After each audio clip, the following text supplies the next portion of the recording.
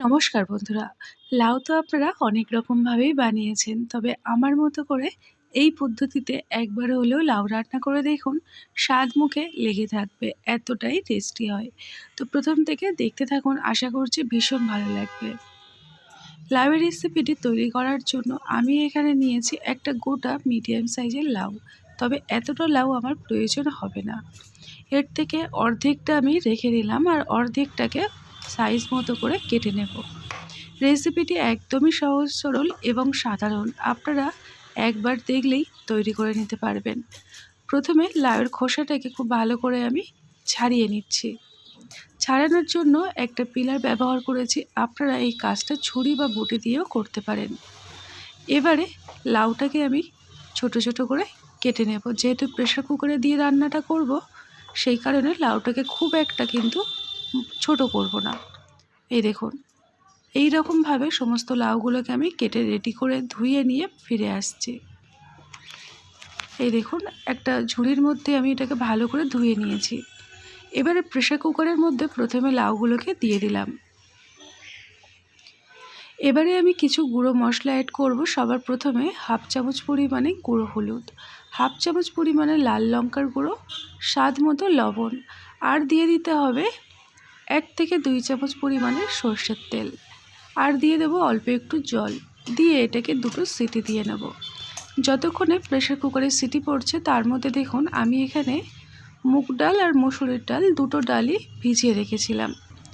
একটা পাত্রের মধ্যে আমি মিক্সিং জার নিয়েছি, তার মধ্যে ডালগুলোকে দিয়ে মিহি করে এইভাবে বেটে নেব। বাটার সময় আমি অল্প একটু জল ব্যবহার করেছিলাম। এবারে ডালের মধ্যে আমি দিয়ে দিলাম কালো জিরে, গুঁড়ো হলুদ, লাল লঙ্কার গুঁড়ো, আর অল্প একটু চিনি আর অল্প একটু লবণ দিয়ে খুব ভালো করে ডালটাকে মিক্স করে নেব। রেসিপিটি ভীষণই সহজ সরল। আপনারা একবার দেখলেই তৈরি করে নিতে পারবেন। সবসময় একঘেয়েমিভাবে রান্না না করে যদি একটু অন্যরকম করে রান্না করা যায়, দেখবেন নিরামিষ রান্নাও খেতে ভীষণ ভালো লাগে। ডালটা আমার রেডি হয়ে গেল। এবারে একটা পাত্রের মধ্যে আমি কয়েকটা গুঁড়ো মশলা অ্যাড করব, যেগুলো বেসিক আমরা রান্নায় ব্যবহার করে থাকি। হলুদ গুঁড়ো, লাল লঙ্কার গুঁড়ো, জিরে গুঁড়ো, ধনে গুঁড়ো, সমস্তটাই আমি হাফ চামচ করে নিয়েছি। অল্প একটু উষ্ণ গরম জল দিয়ে মশলাটাকে গুলে আমি সাইডে রেখে দেব। এই রকমভাবে গুলে নিয়ে রান্না করলে মশলাগুলোকে টেস্ট কিন্তু একদম কাঁচা বাটা মশলার মতোই আসে। কড়াইতে সর্ষের তেল গরম করে আমি দিয়ে দিলাম সাদা জিরে ফোড়নে, আর দিয়ে দিলাম দুটো শুকনো লঙ্কা, একটা তেজপাতা। ফোড়নটাকে কয়েক সেকেন্ড একটু ভেজে নেব। তারপরে আমি এখানে দিয়ে দেব একদম অল্প পরিমাণে 1 চুটকি হিং। হিংটা দেওয়ার ফলে নিরামিষ রান্নার টেস্টটা দারুণ আসে। ফোড়নটাকে মোটামুটি 1 থেকে 2 সেকেন্ড ভাজা ভাজা করে তারপরে আমি আগের থেকে কেটে রাখা আলুটাকে এখানে দিয়ে দিয়েছি। আলুগুলোকে একদম নরম করে ভেজে নিতে হবে। যেহেতু লাউটাকে আমি প্রেসার দিয়ে আমি এটাকে সিদ্ধ করে নেব, সেই কারণে লাউটাকে নরম করে ঢাকনা দিয়ে দিয়ে ভেজে নেব। যতক্ষণে আলুটা ভাজা হচ্ছে, একটা মিক্সিং জারের মধ্যে আমি দিয়ে দিলাম পোস্ত আর কাঁচা লঙ্কা। এটাকে শুকনোভাবে খুব ভালো করে প্রথমে মিক্সারে ঘুরিয়ে নিয়েছি দেখুন। তারপরে আমি এখানে দিয়ে দিলাম অল্প একটু জল দিয়ে মিহি করে বেটে নেব। আজকের রেসিপিটি তৈরি করার জন্য পোস্তটাকে ঠিক এই রকম করে আমি রেডি করে নিলাম। আপনারা পোস্তর পরিবর্তে সাদা তিল, চীনাবাদাম এই সমস্ত উপকরণ অ্যাড করতে পারেন। এবারে ঢাকনাটাকে খুলে আলুটাকে ভালো করে নাড়িয়ে চাড়িয়ে নিচ্ছি। তারপরে আমি এখানে দিয়ে দেবো একটা গোটা বড় সাইজের টমেটো। টমেটোগুলোকে আলুর সাথে একটু নরম করে ভেজে নেব। এতে করে রান্নার কালারটা খুব সুন্দর আসবে আর টমেটোগুলো ভালোভাবে গলে যাবে। এটাকে ঢাকনা দিয়ে রেখে দিলাম। এদিকে দেখুন প্রেসার কুকারে দুটো সিটি আমার পড়ে গেছে। তারপর ঢাকনা দিয়ে রেখেছিলাম, আর ঢাকাটাকে খুলে আপনাদেরকে আমি দেখিয়ে দিচ্ছি। লাউটা ঠিক এই রকম হয়ে যাবে, গোটা গোটা থাকবে, তবে খুব সুন্দরভাবে নরম হয়ে যাবে। এই দেখুন লাউটা কত সুন্দরভাবে নরম হয়েছে। এবারে এটাকে আমি ঢাকনা দিয়ে সাইডে রেখে দেব। তার মধ্যে কড়াইটা আমি ঢাকনা দিয়ে রেখেছিলাম, আলু আর টমেটো আরেকটু নরম হয়ে গেছে। এবারে আমি এর মধ্যে দিয়ে দেব ছোট্ট এক টুকরো আদা বেটে নেওয়া, আদার পরিমাণটা আমি এখানে লাউ এবং আলুর অনুপাতে ব্যবহার করেছি, আপনারা নিজেদের প্রয়োজন বুঝে ব্যবহার করবেন। আদাটাকে কয়েক সেকেন্ড তেলের মধ্যে ভেজে নিয়ে দিয়ে দিলাম আগের থেকে ভিজিয়ে রাখা গুঁড়ো মশলা। একই সঙ্গে আমি দিয়ে দেবো পোস্ত বাটা। এবারে এই মশলাটাকে আলুর সাথে একটু সময় নিয়ে কষাতে হবে। কিছুক্ষণ ঢাকনা দিয়ে রেখে দেবো, এতে করে মশলাটা খুব সুন্দরভাবে কষানো হবে। অল্প একটু চিনি এখানে অ্যাড করলাম। এদিকে একটা কড়াই আমি গ্যাসের উনুনে বসিয়ে দিয়েছি আর কিছুটা তেল গরম করে নিলাম।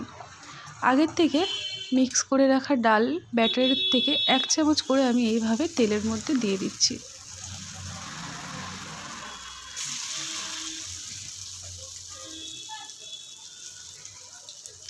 লো টু মিডিয়াম ফ্লেমে রেখে ডালের বড়াগুলোকে কড়া করে ভেজে নেব। একটু কড়া করে ভেজে নেবেন, না হলে দেখবেন রেসিপিতে দেওয়ার ফলেই এটা নরম যদি ভাজেন তাহলে গলে যাবে, খেতে ভালো লাগবে না। একটু কড়া করে আমি বড়াগুলোকে ভেজে তুলে নেব। সমস্ত বড়া আমার ভাজা হয়ে গেছে। একই রকম পদ্ধতিতে যতটুকু আমার ভাজার আছে সবগুলোই ভেজে রেডি করে নিচ্ছি বড়াগুলোকে। এদিকে কিছুক্ষণ ঢাকা দিয়ে রাখার ফলে দেখুন আলু এবং মশলা খুব ভালোভাবে কষানো হয়েছে। মাঝের মধ্যে আমি 1-2 বার ঢাকনাটাকে খুলে একটু নাড়িয়ে দিয়েছিলাম, যেহেতু পোস্ত আছে নিচে লেগে যাওয়ার চান্স থাকবে। আলুটাও দেখুন কত সুন্দরভাবে সুসেদ্ধ হয়ে গেছে। ঠিক এই পর্যায়ে আমি দিয়ে দেব আগের থেকে সিদ্ধ করে রাখা লাউ। লাউয়ের থেকে যতটুকু পরিমাণে জল বেরিয়েছিল সমস্ত জল সমেতই এখানে দিয়ে দিলাম। এই রান্নায় এক্সট্রা করে আর কোনো রকম জল ব্যবহার করার প্রয়োজন পড়বে না। যদি প্রয়োজন হয়ে থাকে তাহলে আমি এখানে জল ব্যবহার করতে পারি। ডালের বড়াগুলো দেওয়া মাত্রই জলগুলো কিন্তু অ্যাবজর্ব করে নেবে, তো সেই কারণে জলটা কিন্তু একটু ভালো করে বুঝে শুনেই দিতে হবে। আমি অল্প একটু জল ব্যবহার করেছিলাম, ঢাকনা দিয়ে রেখেছিলাম দেখুন। তারপর ঢাকনাটাকে খুলে আপনাদেরকে আমি দেখাচ্ছি রান্নাটা ঠিক এই রকম একটু গামাখা তৈরি হবে। এখন আমি এর মধ্যে দিয়ে দেব আগের থেকে ভেজে রাখা ডালের বড়া। ডালের বড়াগুলো দেওয়ার ফলে এই রান্নার স্বাদ বহু গুণে বেড়ে যায়, খেতে দুর্দান্ত লাগে। গরম গরম ভাত অথবা রুটি দিয়ে খেতেও কিন্তু খুব ভালো হয়। এবারে ডালের বড়াগুলোকে একটু ঝোলের মধ্যে ভালোভাবে ডুবিয়ে দিচ্ছি, যাতে করে বড়ার মধ্যে ঝোলটা ঢুকে গিয়ে টেস্টটা বেড়ে যায়। এখন আমি এটাকে ঢাকনা দিয়ে 5টা মিনিট ফুটিয়ে নেব। ঠিক 5টা মিনিট পরে আমি ফিরে এসেছি আর আপনাদেরকে বন্ধুরা দেখিয়ে দিচ্ছি। দেখুন আজকের আমাদের ডালের বড়া দিয়ে লাউয়ের রেসিপি একদমই তৈরি হয়ে গেল। এই রকম পদ্ধতিতে একবার হলেও লাউ আপনারা রান্না করে দেখবেন। হালকা হাতে সমস্তটাই নাড়িয়ে চাড়িয়ে একদম তলার থেকে নাড়িয়ে চাড়িয়ে নিলাম।